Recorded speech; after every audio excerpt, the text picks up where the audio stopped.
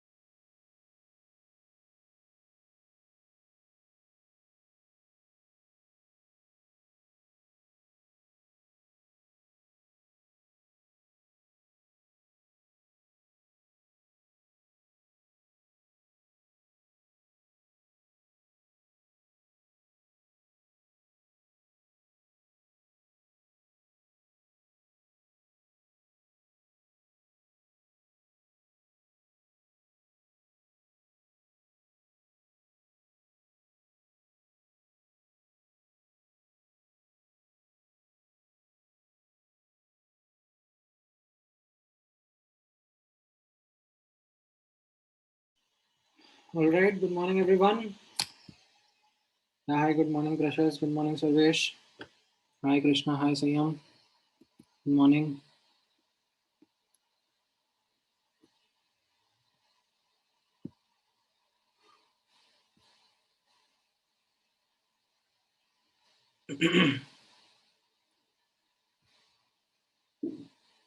All right. So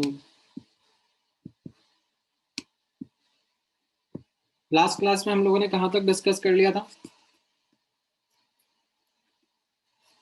What were the key topics, subtopics that we discussed in the last class?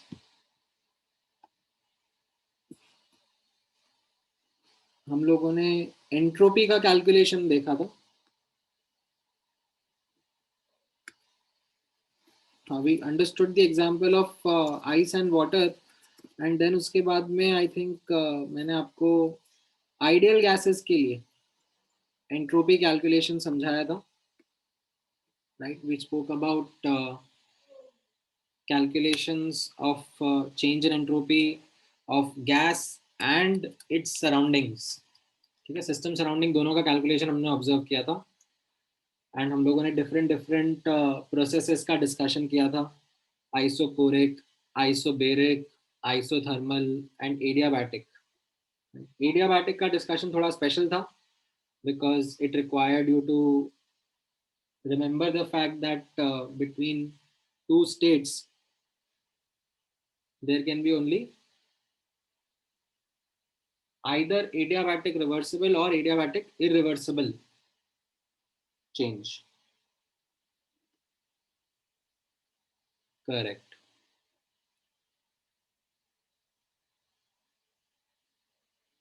हाँ, ठीक है. सो अब उसके आगे का डिस्कशन करते हैं.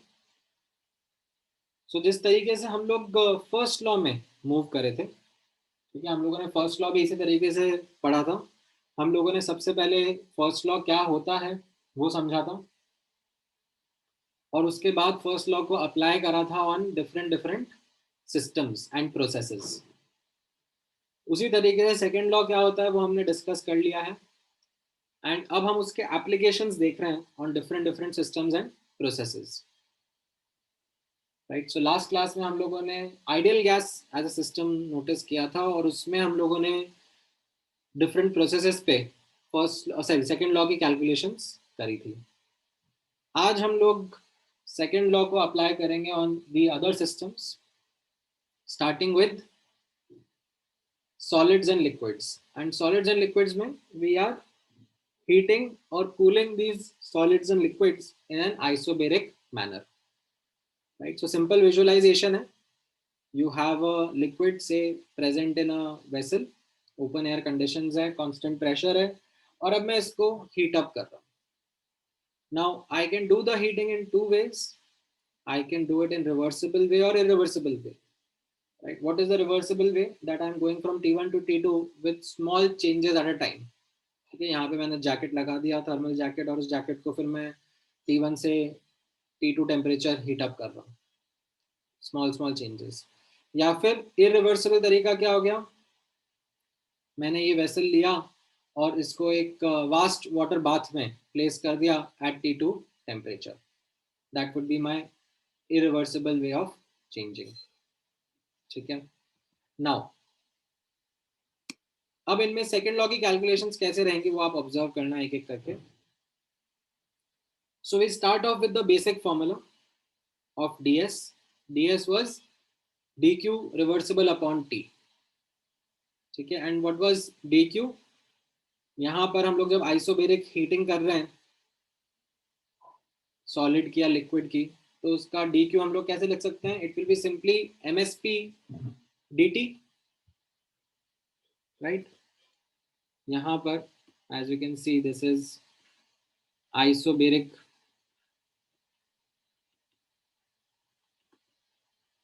हीटिंग। अब नोटिस करना, यहाँ पर मैं NCP भी यूज कर सकता हूँ, I don't mind using NCP, but typically solids and liquids में डेटा जो दिया होता है वो मास का और स्पेसिफिक हीट का दिया होता है, that's why I am using these symbols M and SP,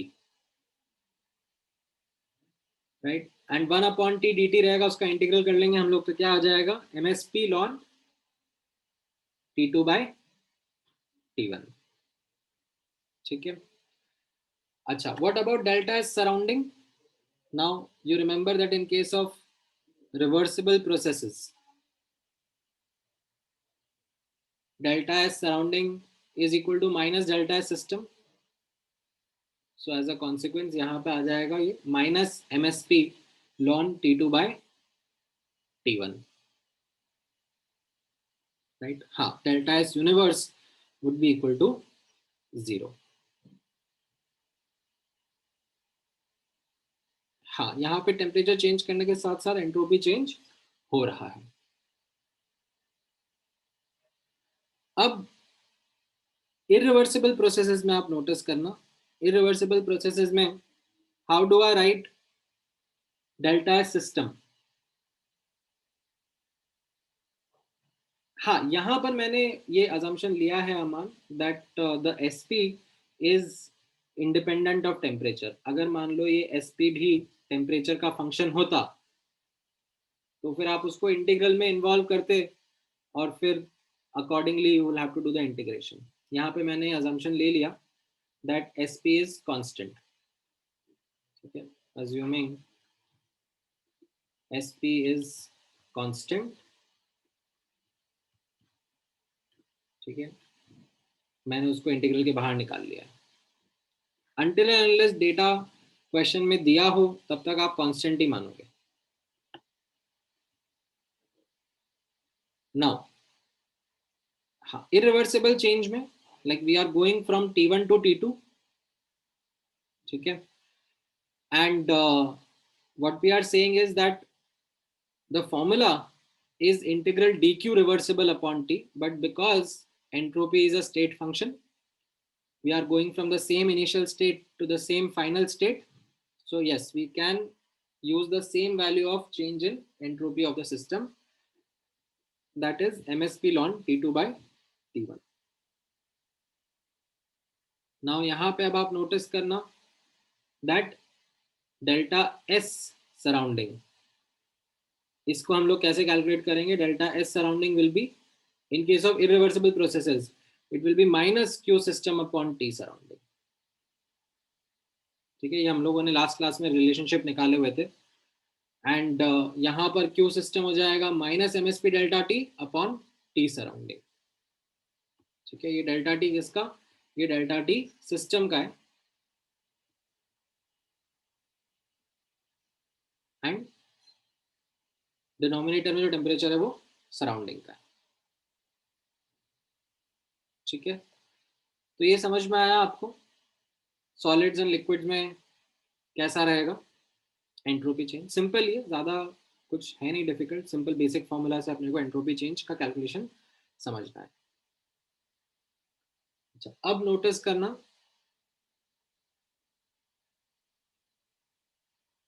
ये क्वेश्चन।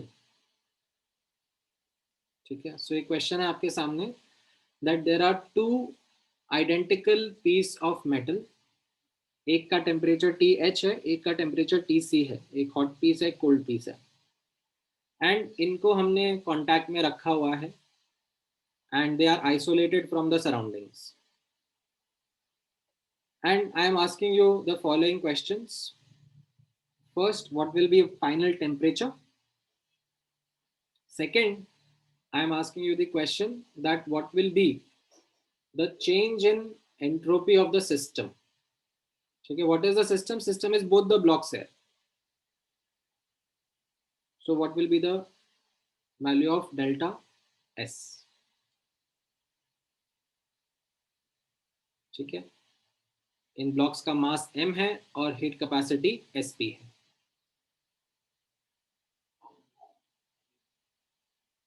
हाँ, टी फाइनल का तो आंसर बहुत ही ऑब्वियस सा है, ये आपने काफी इजीली दे दिया होगा.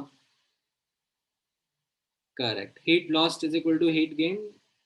तो final temperature T H plus T C upon 2 आ जाएगा. Correct. Now what about the second part? What will be the change in entropy of the system? ये बताओ.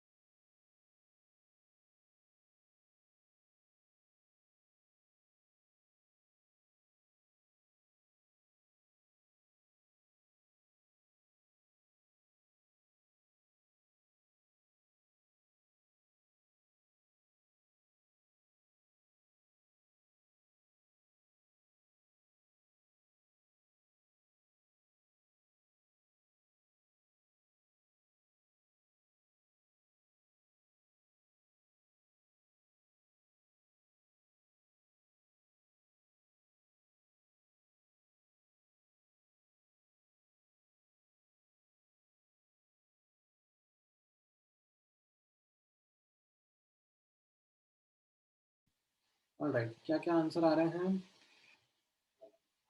नहीं, ऐसा डेल्टा एस जीरो तो नहीं रहेगा आंसर. ईशान सर्वेश, ऐसा क्यों लगा आपको? व्हाई डिड यू से डेल्टा एस इज जीरो? नहीं, संयम आपका भी करेक्ट नहीं है.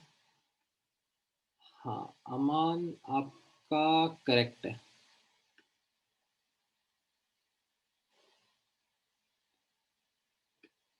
हाँ, तो ये इरिवर्सिबल ही है प्रोसेस तो यहाँ पर. मतलब आप एक हॉट बॉडी को कोल्ड बॉडी के कांटेक्ट में लेके आ रहे हो तो फाइनाइट चेंज होगा टेम्परेचर का. ठीक है. हाँ, ये आइसोलेटेड है, ये सिस्टम मेरा आइसोलेटेड है. तो यस, आप डेल्टा एस सराउंडिंग अगर मुझसे पूछोगे तो yes, the answer would be zero, क्योंकि delta S surrounding will B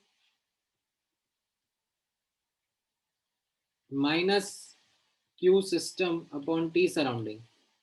और ये क्योंकि आइसोलेटेड है, सिस्टम से कोई हीट सराउंडिंग में आ ही नहीं रही है, तो डेल्टा एस सराउंडिंग जीरो होगा. बट मैंने ये नहीं पूछा, मैंने आपसे पूछा what about delta S system. ठीक है, एक्चुअली मैं ये भी पूछ सकता था, पूछने के लिए तो डेल्टा एस सराउंडिंग पूछता, तो शायद आपको और अच्छे से समझ में आएगा क्वेश्चन। डेल्टा एस सराउंडिंग कितना रहेगा?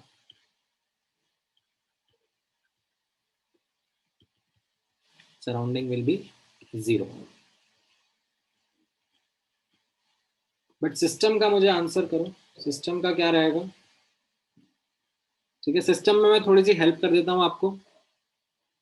सिस्टम में क्योंकि एंट्रोपी एक्सटेंसिव प्रॉपर्टी है, मतलब एडिटिव नेचर की है, तो टोटल सिस्टम का entropy change will be the sum of the entropy change of block 1 plus block 2।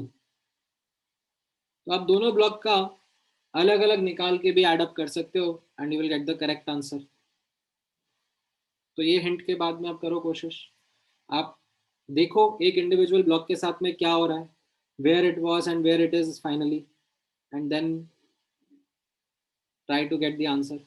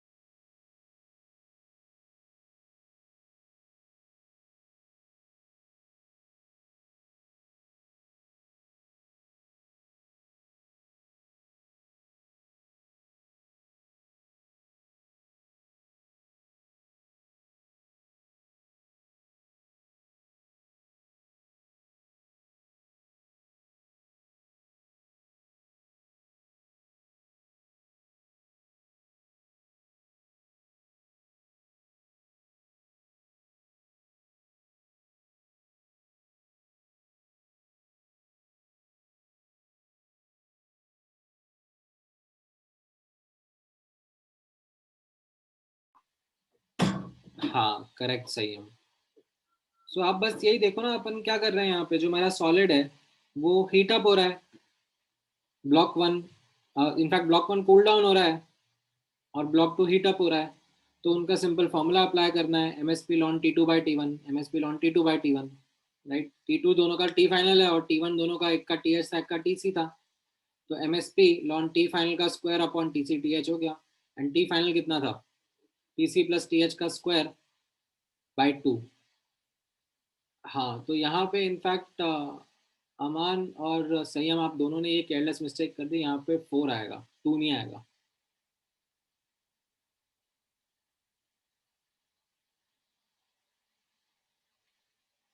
ठीक है, समझ में आया कैसे करना था ये क्वेश्चन?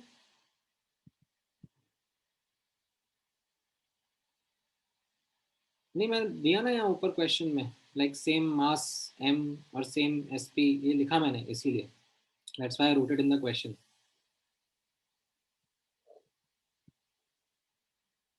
ठीक है, स्क्वायर कैसे हुआ? अरे लॉन और लॉन को ऐड अप करोगे तो ये मल्टीप्लाई हो जाएगा ना, T F into T F upon T H into T सी।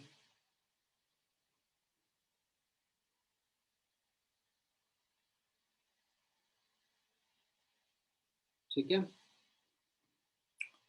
All right.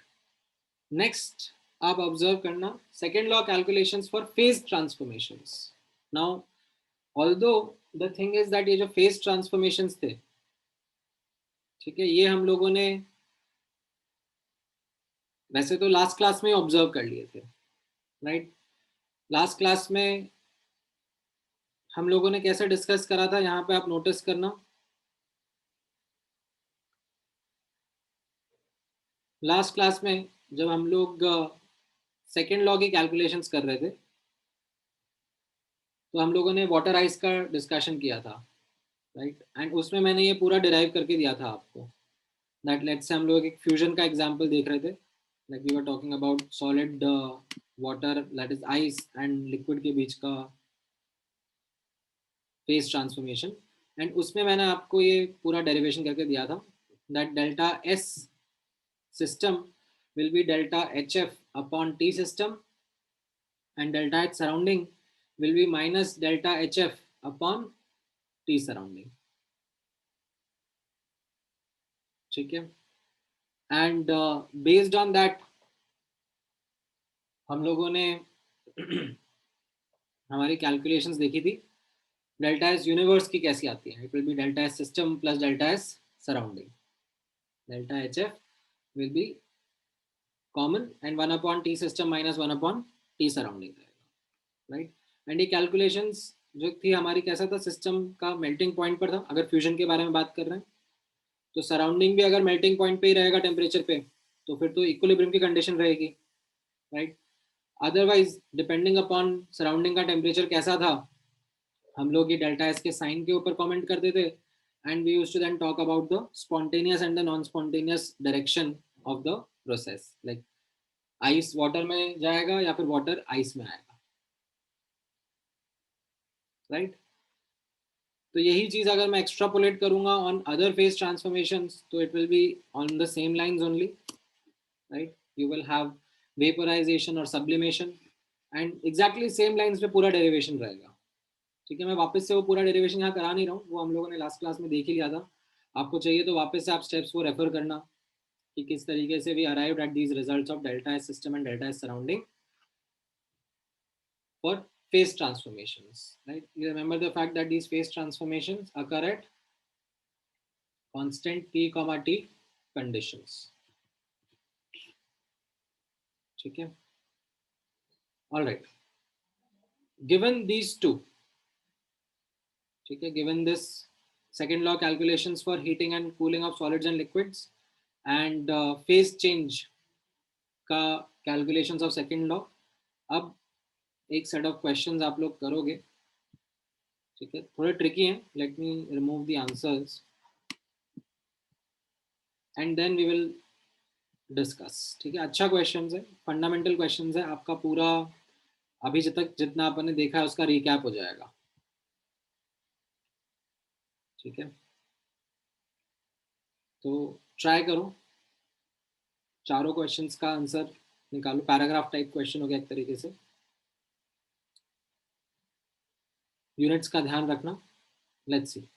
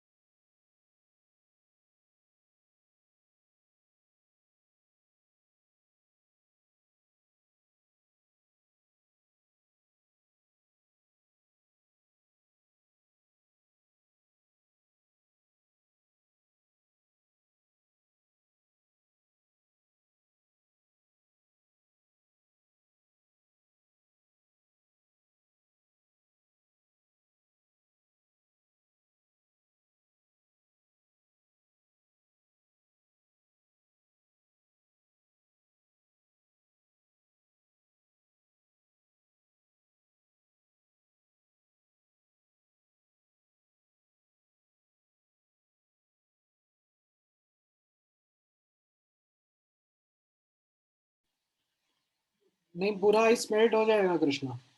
देखो ना, ये तो आपको पहला पार्ट तो कैलोरीमेट्री का ही है भाई. ये तो आपने फिजिक्स में इतना करा ही होगा।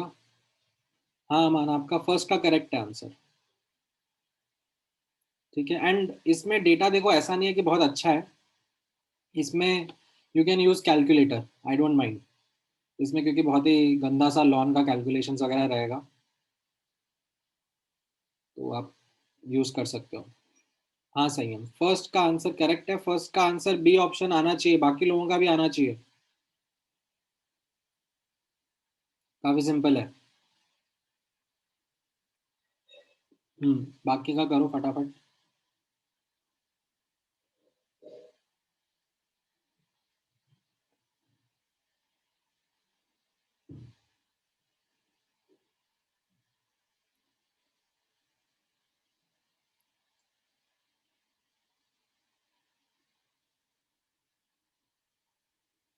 नहीं नहीं, सेकंड का, अमान आप एक मिस्टेक कर रहे हो बेसिकली। उसमें ठीक है, क्वेश्चन ने इतना क्लियरली नहीं बोला उस चीज को। क्वेश्चन में एक्चुअली जो आइस मेल्ट होने के बाद में वाटर बन गया और वाटर का टेम्परेचर भी इंक्रीज हुआ है ना, उसको भी इंक्लूड कर रहा है। हाँ, वो ठीक है, वो क्वेश्चन में इतना अच्छे से बताया नहीं है, बट और अच्छे से लिखना चाहिए था वो। करो करो।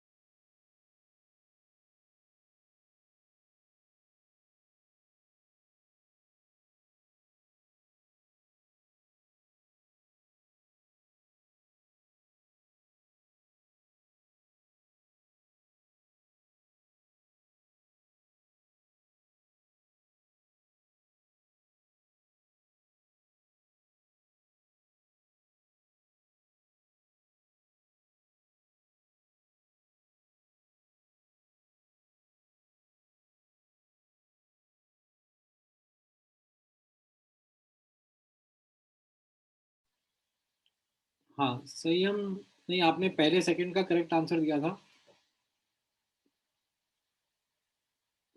अमान आपका सेकंड, थर्ड एंड फोर्थ ठीक है, तीनों का आंसर करेक्ट है।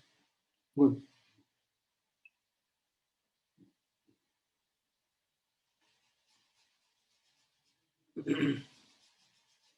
बाकी लोगों को थोड़ा हिंट दूं मैं। पहला वाला पार्ट तो आई होप सबको आ गया होगा। Heat lost by water is heat gained by ice. Ice melt भी होगा, उसका टेम्परेचर भी बढ़ेगा। तो आइस मेल्ट होने के लिए कितना हीट गेन करना है? Mass into latent heat. ठीक है, लेटेंट हीट जो यहाँ पे दिया हुआ है वो जूल पर ग्राम में दिया हुआ है, तो मास को ग्राम्स में ही रहने देने का है। ठीक है, M × L। एंड इसका टेम्परेचर बढ़ेगा 273 से कुछ नहीं हो जाएगा, तो M × SP, वाटर का जो SP या CP है वो यूज करना है। ठीक है, and heat loss by water will be जितना वो 323 से T टेम्परेचर तक आएगा। ठीक है, यहाँ पे प्लीज मेक श्योर दैट आप केल्विन्स में वर्क कर रहे हो ताकि कोई एरर नहीं हो। तो इससे आपका आंसर ये 296.97 केल्विन आ जाता है। ठीक है, तो पहला part I hope everyone is clear on. What about the second part? तो आइस के लिए आप यहाँ पे नोटिस करो ना, this is what ice is undergoing, it is undergoing a phase change as well as it is getting heated up to the 296 Kelvin temperature, 297 Kelvin temperature. तो इन दोनों का अभी एंट्रोपी कैलकुलेशंस अभी जस्ट हमने ऊपर डिस्कस किया है, तो उनको यहाँ पे अप्लाई करो.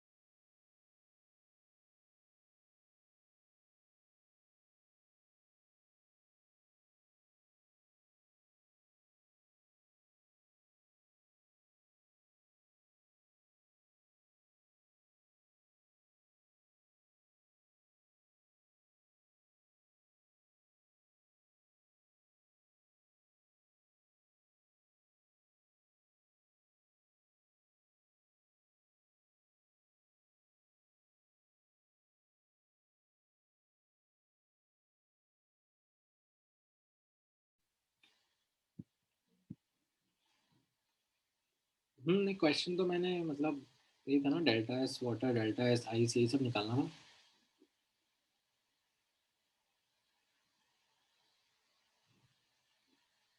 हाँ, राइट प्रेशर्स. गुड.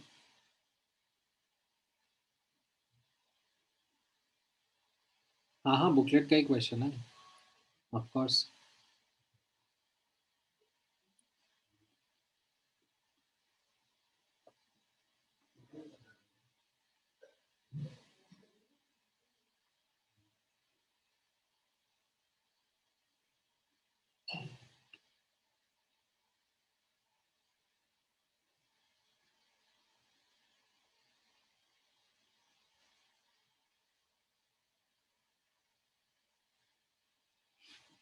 नहीं नहीं, वो डेटा इतना अच्छा नहीं है ऑफ कोर्स.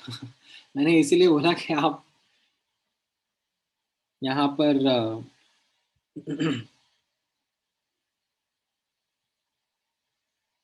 आराम से कैलकुलेटर यूज कर लो.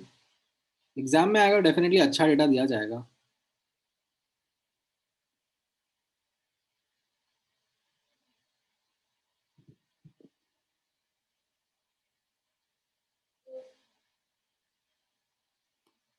ठीक है.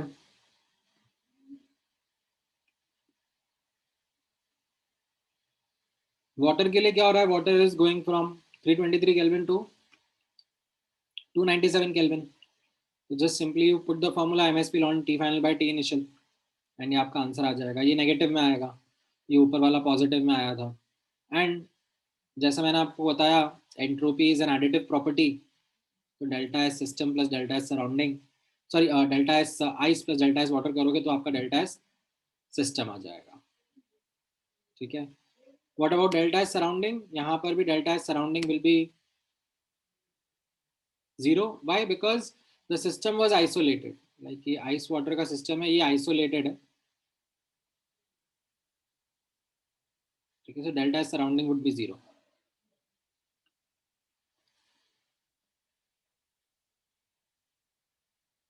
ये क्लियर हुआ बाकी लोगों को?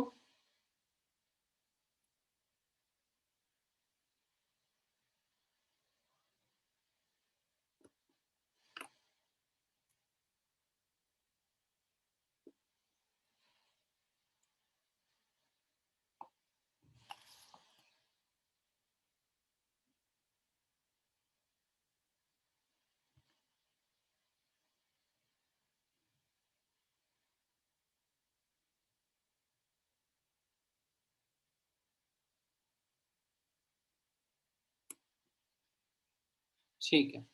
एक और क्वेश्चन ट्राई करें.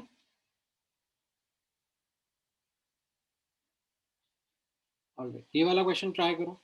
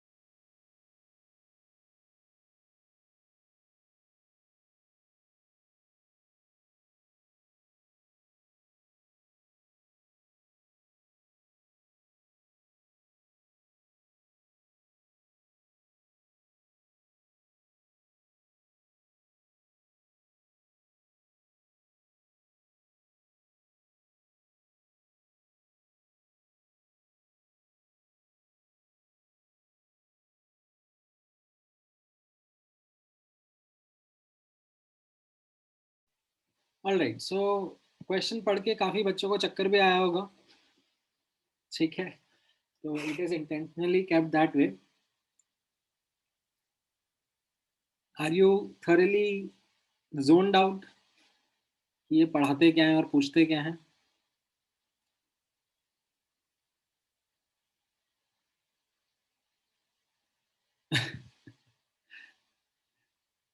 लाइक यू आर थिंकिंग कि ये क्या हो गया यहाँ पर, हीलियम यहाँ तक समझ में आ रहा है. A sample containing 2 mole helium gas, very good.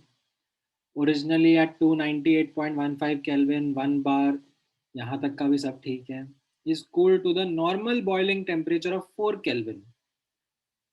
तो लाइक ओके, ठीक है.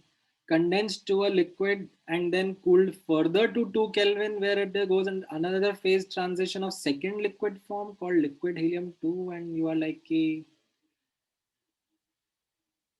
बस हो गया, इसके आगे लेजर लेजर वेपर क्या चल रहा है ये कुछ समझ में नहीं आ रहा है. गौतम ने सेफ चॉइस ले लिया है sir, insufficient information, D option है. मैं ऐसा लग रहा है कि लाइक इसके लिए इनसफिशिएंट नॉलेज है rather than insufficient information, like we don't know what it is talking about.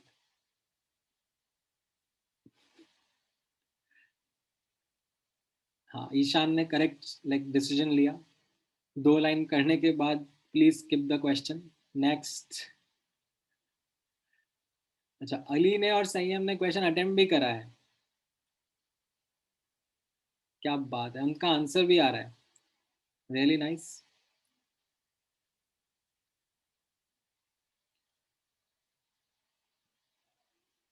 सो इस क्वेश्चन में, ठीक है, जो ट्रिक है वो आप यहाँ पे ऑब्जर्व करना, is simply the fact that entropy is a state function. ठीक है, यहाँ पर हीलियम गैस को बीच में पता नहीं क्या क्या करा के फाइनली 298.15 केल्विन 0.5 बार पे लेके जाया जा रहा है. ठीक है, now I don't care how it was taken from the initial to the final state. All I need to worry about the initial and the final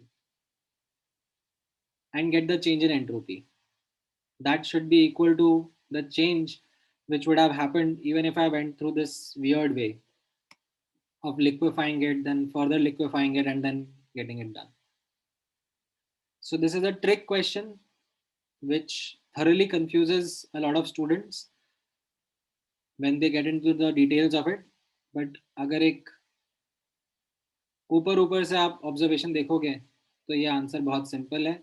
it is simply NR ln P1 by P2 and NCP ln T2 by T1, तो cancel out हो जाएगा क्योंकि temperature same ही है. तो correct, आपका answer A option आ जाएगा. हाँ, 11.15 joule पर केल्विन आंसर आपका आता है. ठीक है, ग्रेट. हाँ, नहीं, NCP ln T2 by T1 plus NR ln P1 by P2, formula सही से यूज करो. हाँ, बोलो गौतम. सर जो डी ऑप्शन दिया है वो कंफ्यूज करने के लिए देते क्या? ओ सॉरी, म्यूट हो गया. सर जो डी ऑप्शन है वो इनसफिशिएंट इंफॉर्मेशन, वो कंफ्यूज करने के लिए देते क्या? कभी कभी सच्ची में होता है इंफॉर्मेशन का. मतलब ये ऑप्शन होना is a rare rare thing. मतलब जनरली अगर ऐसा ऑप्शन रहता है तो कम ही चांस है कि ये आंसर होगा. अच्छा, हाँ, ठीक है सर. ठीक है, स्पेशली इतनी सारी इंफॉर्मेशन के साथ में तो और भी कम चांस हो जाता है. ठीक है. So not just question tricky बनाए, ऑप्शंस भी ट्रिकी बना दिए, डाल दिया एक इनसफिशिएंट इंफॉर्मेशन.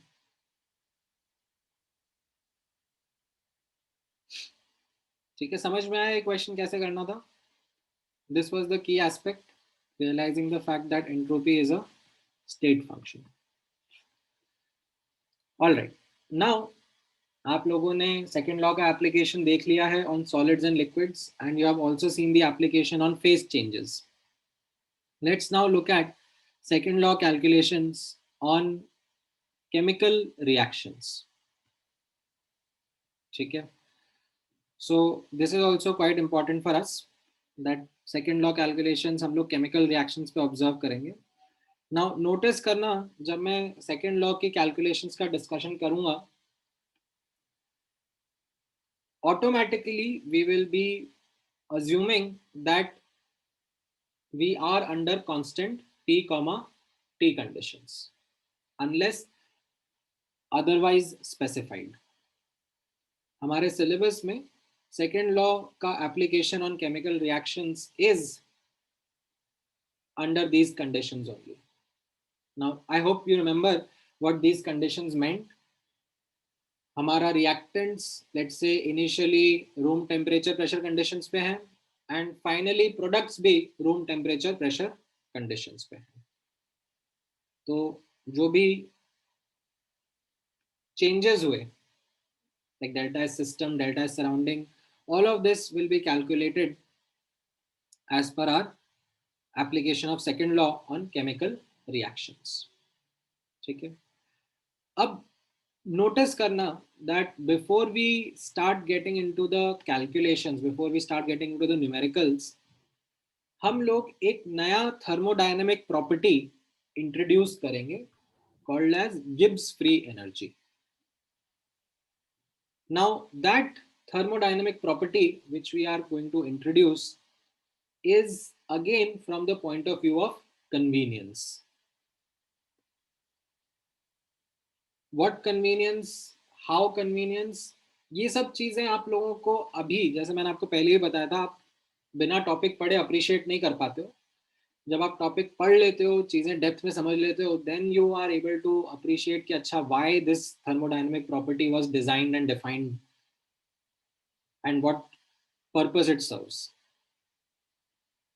तो यहां पर एक एक करके समझना that what this property is. So सबसे पहले हम लोग बेसिक्स के बारे में बात करते हैं. From second law of thermodynamics we have studied that for a spontaneous process, what is meant by spontaneous?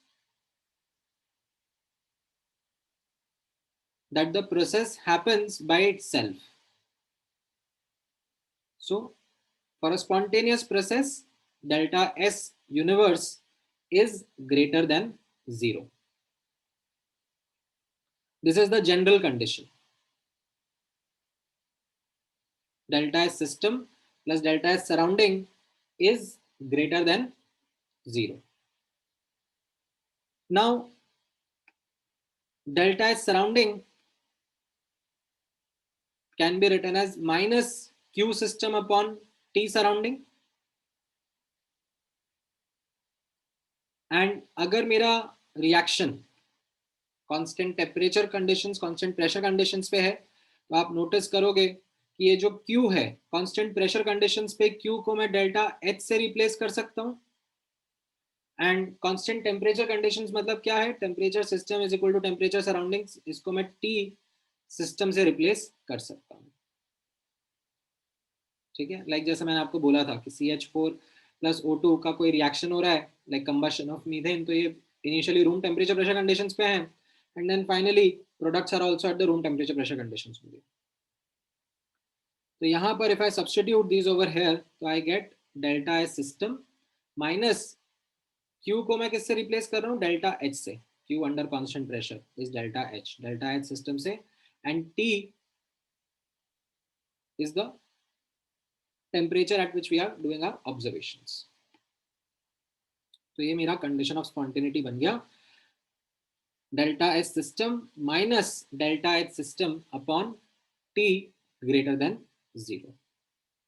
तो यहाँ पे आपने नोटिस किया दैट मैंने एक लेवल ऑफ सिंप्लीफिकेशन लेके आया, दैट जब हम स्पॉन्टेनिटी की कंडीशन समझ रहे थे तो उसमें सिस्टम एंड सराउंडिंग दोनों की कैलकुलेशन करनी पड़ती थी, बट यहाँ पर because we are under constant T comma P conditions, I was able to simplify surrounding की calculations in terms of system की calculations only and get the condition of spontaneity as delta H system minus delta H system upon T. Now I don't need to worry about surrounding का calculations. I just need to be focusing on the system, on my reaction, on my process. However, हमारा अभी भी मन नहीं भरता है. The thing is, we want to further simplify it. We want to further make it more convenient, more easy for discussions in future about whether the reaction is spontaneous or non-spontaneous under given conditions. To introduce that convenience, to make it more easy and simple, we define a new thermodynamic property called as Gibbs free energy. ठीक है, तो यहाँ पे notice करना, for further simplification of this condition of spontaneity of a reaction under constant T, P conditions, we are defining this new thermodynamic property called as Gibbs free energy. इसको हम लोग capital G से represent कर रहे हैं. अब कैसे इसको डिफाइन करा है यहाँ पे नोटिस करना. It is defined as G is equal to H minus TS. क्यों डिफाइन करा है, किसने डिफाइन करा है, ये सब चीजों में आप नहीं घुस पाओगे अभी, because of the fact that the design, the definition, it requires you to have a greater knowledge of thermodynamics to be able to appreciate कि अच्छा ऐसे डिजाइन करा है. अभी के लिए take this as a starting point कि ठीक है, किसी ने डिजाइन कर दिया ये एक thermodynamic property called as Gibbs free energy, G is equal to H minus TS. Now अब आप नोटिस करोगे थोड़ी details about this function called Gibbs free energy. तो इसके बारे में कुछ मिसलेनियस पॉइंट्स काफी क्लियरली आपको समझ में आ जाएंगे. क्या हम लोग H की एब्सोल्यूट वैल्यू बता सकते हैं? The answer is no. तो इसका मतलब हम G की भी एब्सोल्यूट वैल्यू नहीं बता पाएंगे. हम लोग गिब्स फ्री एनर्जी की एब्सोल्यूट वैल्यू नहीं बता पाएंगे. The thing is that we are not interested in the absolute values. What we will be interested is in the change. ठीक है, तो मैं दोनों तरफ डेल्टा अप्लाई करूंगा एंड वो चेंज नोटिस करना चाहूंगा. ओके, सेकेंड एस्पेक्ट यहां पे आप नोटिस करना, H is a state function, T is a state function, S is a state function. So what does it tell you about G? It means that G is also a state function, and that is going to be an important property to use in our future discussions. That this thermodynamic function called as Gibbs free energy is a state function. अच्छा, also notice करना, H extensive है, S भी extensive है. ठीक है, T intensive था. ठीक है, इंटेंसिव और एक्सटेंसिव प्रॉपर्टीज के बारे में बात कर रहा हूं मैं. यानी कि H was proportional to the size or the mass of the system raised to the power of 1. T wasn't proportional to the size or the mass of the system, whereas entropy was proportional to the size or mass of the system raised to the power of 1. So can you see that the entire right hand side is proportional to the size or mass of the system raised to the power of 1? That means the left hand side, that is G, is also an extensive property. It is also directly proportional to the size or the mass of the system raised to the power of 1. Right? तो हमने कुछ aspects notice करे हैं about this thermodynamic property called as Gibbs free energy. 1, इसका absolute value नहीं निकाल सकते हैं, हमें इसके चेंजेस में डील करना है. Second, it is a state function. That means इसका change will not depend upon the path. It depends on the state. Third, it is an extensive property, मतलब additive nature का है. ठीक है, ये 3 इंपॉर्टेंट एस्पेक्ट्स आपको अच्छे से समझ में आने चाहिए अबाउट दिस प्रॉपर्टी. अब नोटिस करना, ठीक है, मैं वो थोड़ा देर से समझाता हूँ. अब नोटिस करना how it is going to help us in simplifying our calculations. तो यहाँ पे आप नोटिस करना, G is a state function. It is an extensive property. Absolute value cannot be determined, and इसका change is what we are interested in. Under constant temperature conditions, अगर मैं इसका change लिखूंगा तो कैसा हो जाएगा? Delta G will be equal to delta H minus delta T into S था, but क्योंकि T constant है तो मैं बाहर निकाल लिया, तो ये delta S हो जाएगा. ठीक है. एंड ऊपर नोटिस करना, हमारा कंडीशन ऑफ स्पॉन्टेनिटी क्या था? Condition of spontaneity was delta S minus delta H upon T. ठीक है, तो यहां पर यही एक्सप्रेशन आप नोटिस करोगे तो कैसा दिखेगा? Delta H minus T delta S is equal to delta G. तो ये जो अपन ने ऊपर लिखा था delta S universe which was delta S minus delta H upon T, तो इसको मैं minus delta G upon T लिख सकता हूं. इसको मैंने ऊपर वाले इक्वेशन में रिप्लेस कर दिया. हाँ, टेम्परेचर कांस्टेंट है, राइट. ये ऊपर ये था ना कंडीशन ऑफ स्पॉन्टेनिटी, तो इसमें मान लो ये टी को मैंने कॉमन ले लिया, तो ये T delta S minus delta H upon T हो गया ना, तो ये minus delta G upon T हो गया. तो मेरा कंडीशन ऑफ स्पॉन्टेनिटी क्या बना? That minus delta ji is greater than zero. That was the condition of spontaneity. तो ये माइनस साइन को अगर मैं हटाना चाहूंगा तो what will become my condition of spontaneity? That delta G is less than zero. So what we have done is we have simplified our condition of spontaneity in terms of system, and system का ही एक particular state function called as Gibbs free energy, which says that under constant temperature pressure conditions, which is the most common condition, if delta G is less than zero, that means the process is spontaneous. ठीक है, the process is spontaneous. इसके बारे में थोड़ी सी detail observe करना. The process is spontaneous in the forward direction. अगर delta G greater than zero आ गया तो इसका हम लोग क्या इंटरप्रिटेशन लेंगे? Delta G greater than zero मतलब the process is non spontaneous in forward direction. जो ऑपोजिट डायरेक्शन होगा उसका delta G will be less than zero. That means it will be spontaneous in the opposite or the backward direction. ठीक है. अब जैसे endothermic exothermic words थे, वैसे ही delta G के साथ में एंडोअर्जिक एक्सोअर्जिक वर्ड्स यूज करे जाते हैं.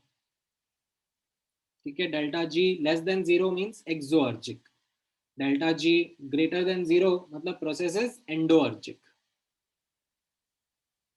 और अगर delta G equal to zero रहेगा, ठीक है, मतलब this is as good as saying delta S universe zero होगा, which is what we say is the condition of equilibrium.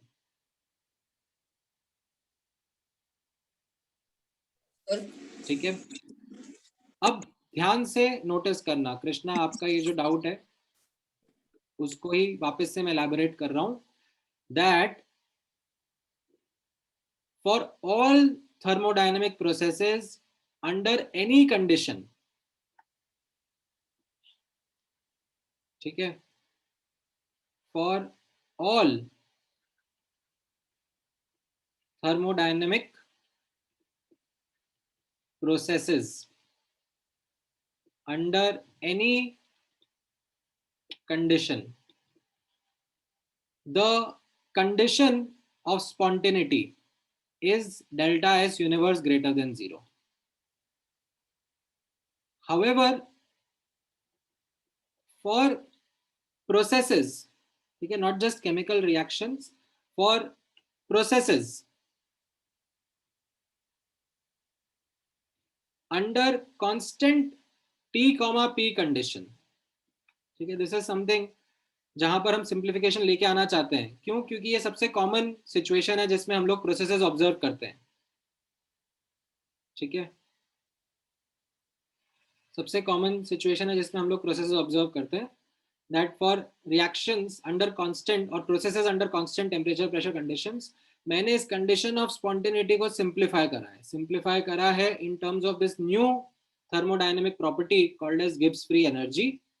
And after doing those steps, I realized that my condition of spontaneity has been simplified to the following: that delta G अगर less than 0 है तो मेरा process spontaneous होगा इन the forward direction. अगर delta G greater than 0 है तो फिर the process will be non spontaneous in forward direction, it will become spontaneous in the backward direction. हाँ, अब कुछ डाउट पूछ रहे थे हर्षल? हाँ सर। सर वो जो ऊपर था वो डेल्टा जी को हमने वो रिप्लेस किया, वो मतलब एक बार दिखा सकते हो? हाँ हाँ हाँ, आप जूम आउट हाँ कर दूंगा मैं। सर, इधर तो डेल्टा जी तो delta H minus T delta H था ना? हाँ हाँ, तो ये टी को कॉमन लिया, थोड़ा सा और स्टेप्स लिख के दूं। ये देखो, ये कंडीशन ऑफ स्पॉन्टेनिटी था, हाँ sir. That this thing should be greater than 0। अभी T delta S minus delta H upon T हो गया ना, और इसको मैंने minus delta G upon T लिख दिया। Okay okay okay okay sir, thank you. ठीक है, हाँ गौतम कुछ कह रहे हो? हैंड रेज किया हुआ है तुमने, अनम्यूट कर लो, अपने आप कर लो। अच्छा कृष्णा, तुम्हारा डाउट क्लियर हुआ?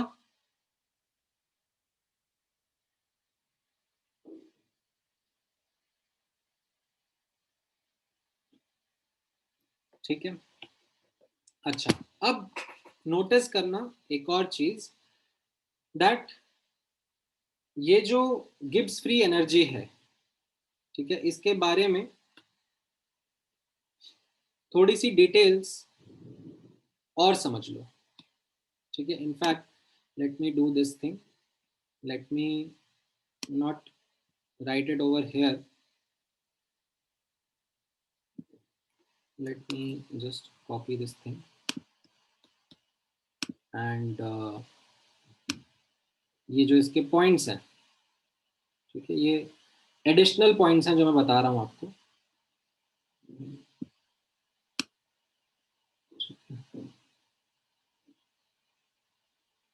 इंटरप्रिटेशन बताऊंगा।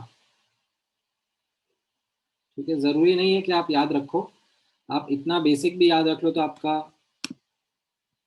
काम चल जाएगा।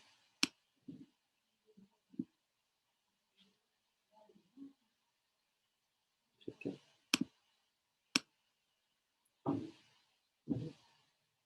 क्या हो रहा है, स्लो हो गया सिस्टम।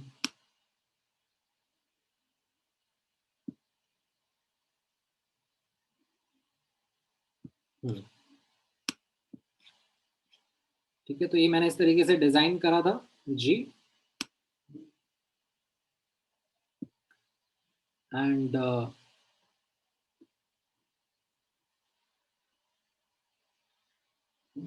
इसके बारे में बेसिक एस्पेक्ट्स तो आपको समझ में आया, and how it simplified the condition of spontaneity वो भी समझ में आया। ठीक है, अब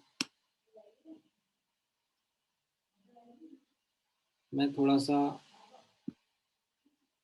जो इलैबोरेट करना चाह रहा था वो यहाँ पे मैं इलैबोरेट कर देता हूँ, नोट्स के फॉर्म में कर देता हूँ।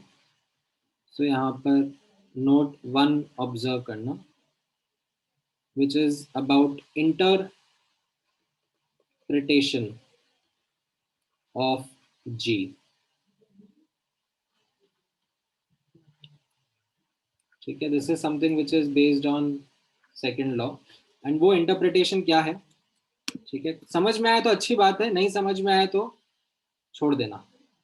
ठीक है, जस्ट मैं ऐसे एडिशनल फील के लिए बता रहा हूँ। ऊपर जितना बताया उतना भी समझ में आ जाएगा तो आपका काम चल जाएगा। सो क्या इंटरप्रिटेशन है यहाँ पे आप नोटिस करना।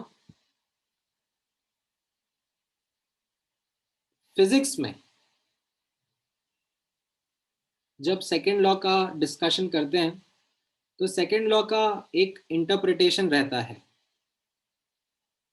वो इंटरप्रिटेशन होता है that you can not design a process which completely converts, you cannot design a thermodynamic cycle which completely converts heat into work। ठीक है, मतलब फिजिक्स में मैं छोटा सा बैकग्राउंड दे रहा हूं आप लोगों को। ठीक है, वो छोटा सा बैकग्राउंड किस तरीके से है दैट मान लो आपके पास में एक हीट सोर्स है, ठीक है, और एक हीट सिंक है। ठीक है, यानी कि ये हायर टेम्परेचर पे है, ये लोअर टेम्परेचर पे, टी हॉट टी कोल्ड। ठीक है, now what does second law of thermodynamics says? Second law of thermodynamics says that heat flows spontaneously from cold region to from hot region to cold region. Now physics में जब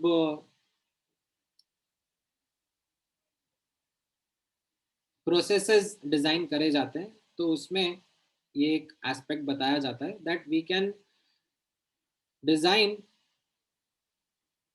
अ thermodynamic cycle. ठीक है, we can design a thermodynamic process और thermodynamic cycle, जिसको हम लोग heat engine भी बोलते हैं।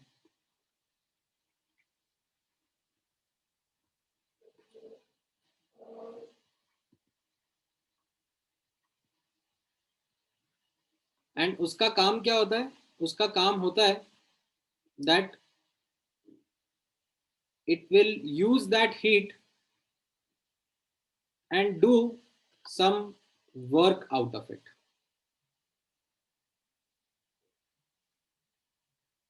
ठीक है, वो उसका डिजाइन होता है, there is this design which goes behind it. ठीक है, इनफैक्ट रुको मैं स्टर्लिंग इंजन का एग्जांपल आपको दिखाता हूँ। हाँ विवेक, बिल्कुल बढ़िया, तुमने एकदम स्टर्लिंग इंजन, ये कार्नोट इंजन तो ठीक है, उसका मैं एक ईस्ट इंडिया कंपनी का डिजाइन फैन दिखाना चाहता हूँ आपको।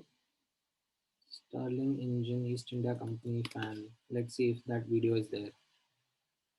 आपको खरीदना है तो मिल भी जाएगा। So let me see if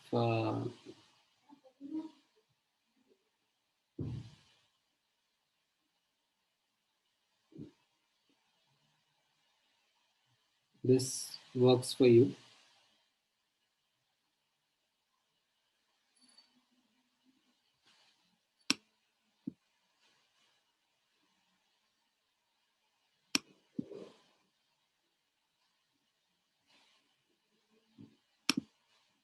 ठीक है, एक मिनट दो।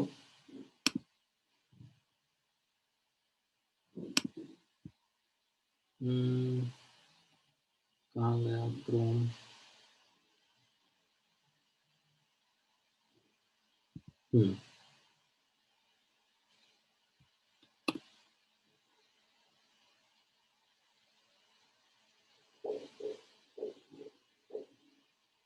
ओके, सो यहाँ पे नोटिस करना, this is a fan, so it is basically a machine and it has got no electrical connection, nothing।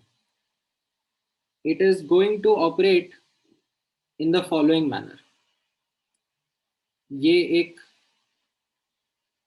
Like kerosene lamp है, जिसको इग्नाइट करेंगे तो ये आपका हीट सोर्स बन जाएगा।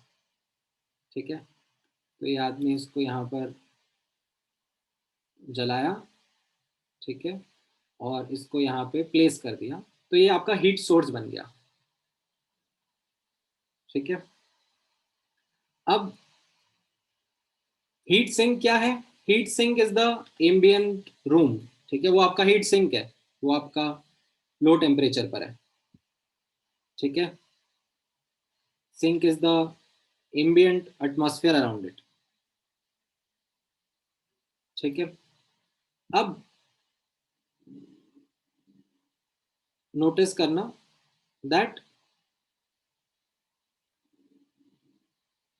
With the help of that ये फैन मूव कर रहा है, ठीक है।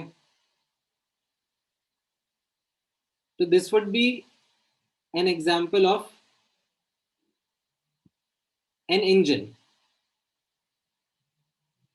ठीक है।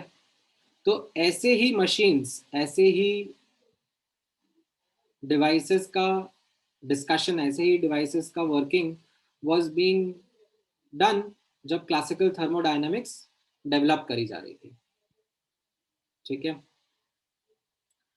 नाउ जो सेकंड लॉ ने बताया, सेकंड लॉ ने जो हम लोगों को उस टाइम बताया वाज दैट कि ये जो हीट है जो सप्लाई हो रही है, ठीक है, this can not be completely converted into work. ये जो हीट है ये पूरा का पूरा 100% वर्क नहीं देगा। There will be some amount which will be lost into the surrounding, ठीक है। सो ये फिजिक्स का इंटरप्रिटेशन होता है, ठीक है। फिजिक्स में जनरली ये इंटरप्रिटेशन पढ़ाया जाता है of second law of thermodynamics, that you can not design a thermodynamic cycle, you cannot design an engine which completely converts the heat into work, ठीक है। तो अब यहां पे नोटिस करना, this is what we are also going to interpret over here, ठीक है। यहां पर आप नोटिस करना कि जब मेरा कोई रिएक्शन है, ठीक है, कोई रिएक्शन है या मेरा कोई सिस्टम है अंडर कांस्टेंट प्रेशर कंडीशंस, ठीक है। ध्यान से यहाँ पे आप नोटिस करो, ये चीज हम लोग पहले भी डिस्कस कर चुके हैं। मेरा कोई system under constant pressure conditions है, तो enthalpy is the total heat content, that is how the definition of enthalpy was. याद आ रहा है? that enthalpy was designed defined in this way, that it is the total heat content of the system under constant pressure conditions. Now what we are saying is that ये जो total heat content है, this cannot be completely used for doing work, ठीक है। उसमें से कुछ part जो है, ठीक है, ये जो T into S वाला पार्ट है is unavailable for useful work, ठीक है। So this is actually related to another classical thermodynamics based interpretation of entropy, that entropy is a measure of unavailable energy in the system, ठीक है। entropy is not energy, first of all let me be clear on that, but यहाँ पर entropy is a measure of unavailable energy that is there in the system. So this total, ठीक है, total minus unavailable is what is called as available or free energy for useful work. तो ये Gibbs free energy में जो ये free term आया है, ठीक है, उस फ्री टर्म का इंटरप्रिटेशन मैं आपको यहाँ पे समझाने की कोशिश कर रहा हूँ, ठीक है। Interpretation of, I should rather say interpretation of free energy. What does it mean, what do we mean by this term free energy? तो यहाँ पे सेकेंड लॉ का यूज हो रहा है, that this H was the total heat content of the system under constant pressure conditions, which cannot be completely used. There is some part which is unavailable, ठीक है, that unavailable part is given by this term T into S. And इन दोनों का difference is what is the available energy for doing useful work. ठीक है, in fact ये चीज बाकी जगह भी एप्लीकेबल रहेगी, ऐसा नहीं कि जस्ट ये जो मैंने आपको एग्जांपल बताया स्टर्लिंग इंजन वाला उसी में आप अप्लाई करोगे. इनफैक्ट आगे भी, जैसे फॉर एग्जांपल आप लोग बैटरीज देखोगे, इलेक्ट्रोकेमिकल सेल्स बैटरीज देखोगे, तो उसमें भी कैसा रहता है कि केमिकल रिएक्शन से, ठीक है, इलेक्ट्रिकल वर्क आता है. ठीक है, उनका डिजाइन वैसा होता है. तो अभी केमिकल रिएक्शन का delta H will not be equal to the electrical work. ठीक है, in fact delta H will be more than the electrical work. It will be delta G, the available और the free energy which will be equal to the electrical work.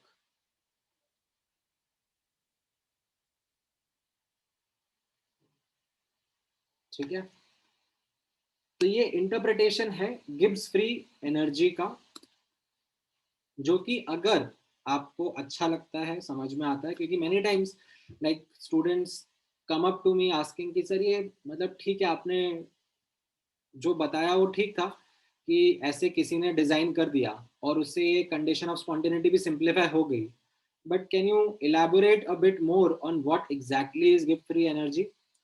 तो to answer that मैंने ये आपको extra part बताया है, how to interpret the Gibbs free energy. ठीक है, even if you are not comfortable with this interpretation right now तो चलेगा, not really a problem. But आगे इलेक्ट्रोकेमिस्ट्री चैप्टर में वापस से ये इंटरप्रिटेशन में यूज करके आगे बढ़ूंगा. ठीक है, तो अभी के लिए नहीं समझ में आया तो ठीक है, आप स्किप कर सकते हो, बट बाद में वापस से रेफर करना ही पड़ेगा. ठीक है, तो ये पहला नोट समझ में आया, पार्शली भी समझ में आया तो भी चलेगा मुझे. आई एम नॉट होपिंग कि आपको पूरा का पूरा एकदम चकाचक समझ में आ गया होगा. ठीक है, हाँ, तो जो भी यूजफुल वर्क आप एक्सट्रैक्ट कर सकते हो एक प्रोसेस से under constant pressure conditions is given by it's Gibbs free energy.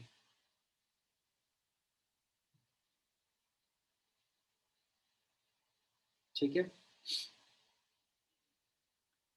तो एक बार एक क्विक रिकैप कर लेते हैं. हम लोग सेकेंड लॉ का कैलकुलेशंस देख रहे थे on chemical reactions. So we started off with the general condition of spontaneity, that this is what general condition of spontaneity is, delta S universe is greater than 0. But इसमें हमें system surrounding दोनों की calculation करनी पड़ती, तो हमने कहा कि नहीं, हमको सिंप्लीफिकेशन करना है. तो सिंप्लीफिकेशन करने के लिए पहले हमने चूज करा कि ठीक है हम रिएक्शंस को एनालाइज कर रहे हैं under constant T, P conditions. That is the primary observation that we come across. This is the most common condition that we come across. तो हमने इसमें सिंप्लीफाई करना शुरू करा, तो उससे हमें ये सराउंडिंग की कैलकुलेशंस अवॉइड हुई एंड हमने ये सिंप्लीफाई कर लिया delta H system minus delta H system upon T greater than 0. ठीक है, अब यहाँ पे भी हमारा मन शांत नहीं हुआ, हमको चाहिए था कि हम इसको और सिंप्लीफाई करें. तो we designed this thermodynamic property called as Gibbs free energy. G is equal to H minus T S इसका डिजाइन था, एंड इसको जब हम यूज करते हैं under constant temperature conditions we find it to be simplifying our condition of spontaneity. और क्या आ जाता है result? Delta G less than 0 becomes the condition of spontaneity. Delta G greater than 0 मतलब नॉन स्पॉन्टेनियस रहेगा process in forward direction, backward में spontaneous रहेगा. ठीक है, and delta G equal to 0 is the condition of equilibrium. ठीक है, so remember this and the fact that it is applicable under constant T, P conditions. Now इसके बाद additional मैंने जो आपको एक बात बताई वो थी interpretation of Gibbs free energy. That इसका इंटरप्रिटेशन है from second law of thermodynamics जो हम लोगों ने अभी डिस्कस किया, that this is the available, ठीक है, अवेलेबल और free energy for doing useful work. Now second note देखना, सेकेंड नोट भी काफी इंपॉर्टेंट है, and it is a doubt which many times students come up to me after they get into the calculations and all. ठीक है, तो अभी मैं जैसे आपको एक एग्जांपल नहीं करा रहा, ठीक है, बट जब मैं आपको न्यूमेरिकल एग्जांपल कराऊंगा, ठीक है, तो उसमें you will come across questions जिसमें ऐसा होगा दैट आप कोई रिएक्शन का कैलकुलेशन कर रहे होगे और उसका डेल्टा जी नेगेटिव आएगा. मतलब थर्मोडायनेमिक्स क्या कह रहा है, दैट वो रिएक्शन होना चाहिए, स्पॉन्टेनियसली अपने आप हो जाना चाहिए, बट फिर आप बोलोगे कि सर ऐसा रिएक्शन तो हमने अपने आप होते हुए तो नहीं देखा कभी रियल लाइफ में. जैसे एक क्लासिक एग्जांपल मैं आपको बताता हूं, conversion of diamond to graphite under room temperature pressure conditions is exoergic as per thermodynamics. ठीक है, डेटा नहीं दे रहा हूं मैं आपको, बट लेट्स से डेटा जिनके पास में है उन्होंने ये कैलकुलेशन करी और उससे ये जो प्रोसेस है carbon diamond to carbon graphite, ठीक है, इस थर्मोडायनेमिक प्रोसेस का डेल्टा जी लेस देन 0 आता है. तो इसका मतलब थर्मोडायनेमिक्स तो बोल रहे हैं कि आपके घर पे रखा हुआ डायमंड अपने आप ग्रेफाइट में कन्वर्ट हो जाएगा.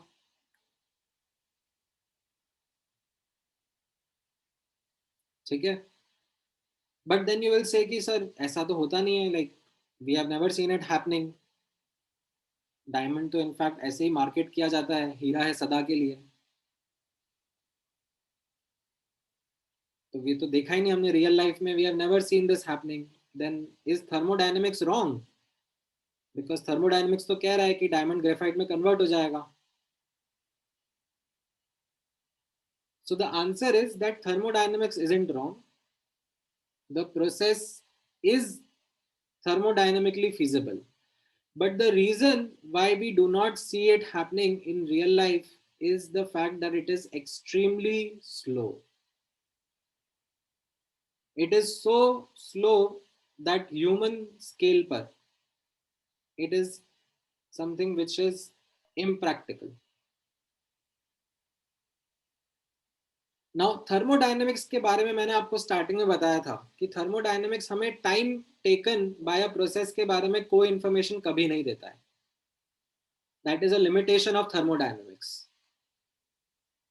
सो थर्मोडायनेमिक्स ने हमें ये जरूर बताया कि ये प्रोसेस होगा कि नहीं होगा, बट कितना स्लो कितना फास्ट होगा वो थर्मोडायनेमिक्स नहीं बताता. उसके लिए हमें एक अलग ब्रांच ऑफ साइंस पढ़ना पड़ता है called as kinetics. And what we understand is that there are many processes, there are many reactions जिनका delta G less than 0 है, but we never see them occurring in real life is because their kinetics are really slow. समझ में आया? तो the reason why I'm taking up this point is because आप लोग ये as a note या आप लोग खुद ही एज अ डाउट मेरे सामने लेके आ जाते हो जब मैं आपको कुछ क्वेश्चंस का डेटा वगैरह दूंगा करवाऊंगा, तो आप लोग बोलोगे कि सर ये क्या, ये रिएक्शन का डेल्टा जी तो नेगेटिव आ रहा है, लेकिन हमने तो देखा नहीं कि ये रिएक्शन ऑटोमेटिकली हो जाए, अपने आप हो जाए, स्पॉन्टेनियसली हो जाए. ठीक है, so it will help you clarify that doubt. हाँ वाली हम लोग देखेंगे जब काइनेटिक्स चैप्टर पढ़ेंगे, तो उसमें we will look at that aspect. All right, then अब एक नेक्स्ट नोट, वैसे तो अपना टाइम हो गया है और मुझे इसमें 10 से 15 मिनट लगेंगे। चलो ठीक है, फिर मैं नेक्स्ट क्लास में यहीं से कंटिन्यू करता हूँ। हम लोगों को ये standard Gibbs free energy delta G not भी समझना रहेगा। तो ठीक है, चलो इसको मैं नेक्स्ट क्लास में कंटिन्यू करता हूँ। ठीक है, आज जितना मैंने पढ़ाया है उसके बेसिस पे मैं आपको कुछ क्वेश्चंस देता हूँ, तो प्लीज़ मेक श्योर कि वो आप ट्राई कर लो। ठीक है, हमारा कल डाउट सेशन है ना, 6 से 7।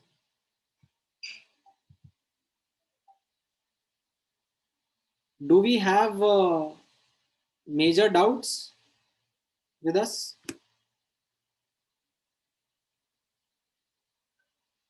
अगर नहीं है तो फिर मैं कल पढ़ा ही देता हूँ, कंटिन्यू कर लेते हैं अपन।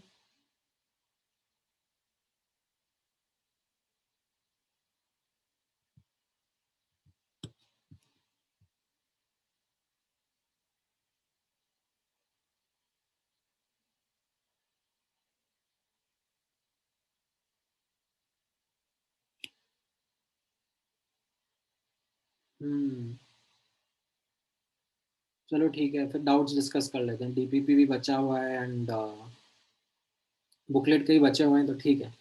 हमारा फिर फ्राइडे को क्लास रहेगा ना, फ्राइडे वाली क्लास में फिर मैं कंटिन्यू कर लेता हूँ।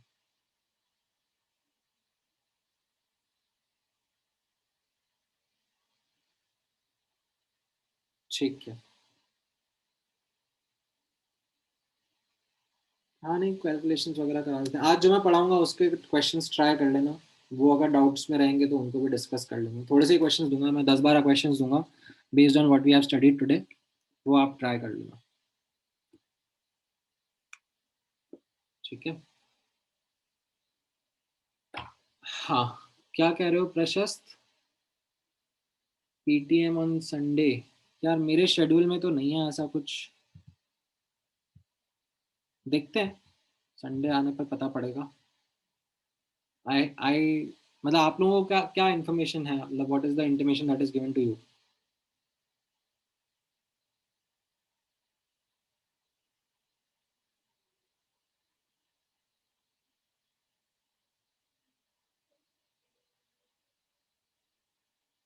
नहीं बताया है कुछ, क्योंकि मुझे भी नहीं बताया ऐसा कुछ तो।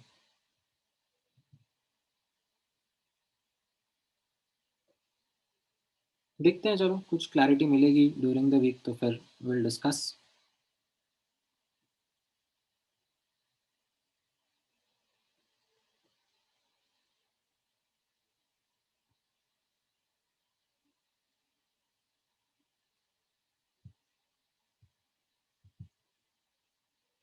ठीक है, ठीक है।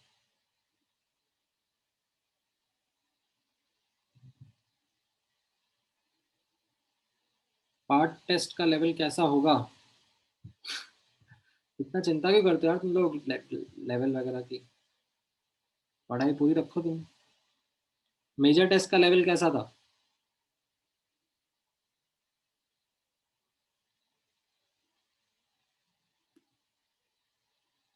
उसी लेवल का रख देंगे। अच्छा, मेजर टेस्ट बहुत हार्ड था? क्या बात कर रहे हो यार?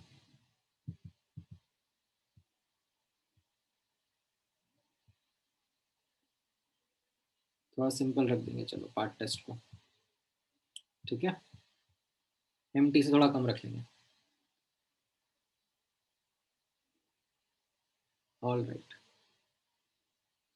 ठीक है गाइस, तो यहीं से कंटिन्यू करते हैं। नेक्स्ट क्लास में will start with this part only related with the delta G not.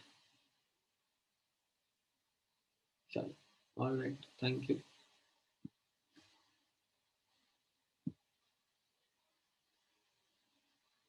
हाँ, कुछ कुछ वैल्यूज आपको ध्यान में रखनी पड़ेंगी ना कृष्णा, जैसे एंथैल्पी ऑफ न्यूट्रलाइजेशन वाला जो था स्ट्रॉन्ग एसिड स्ट्रॉन्ग बेस का, वो आपको ध्यान में रखना पड़ेगा। उसके अलावा जिनका जीरो हमने असाइन किए थे कुछ एग्जांपल्स, वो ध्यान में रखने पड़ेंगे। बाकी ऐसे कुछ वैल्यूज नहीं याद रखनी है, बाकी ऐसे रैंडम रैंडम वैल्यूज नहीं याद रखनी है। नहीं नहीं नहीं नहीं, ऐसे CO2 का फॉर्मेशन या किसी का ऐसा ऐसा नहीं याद रखना।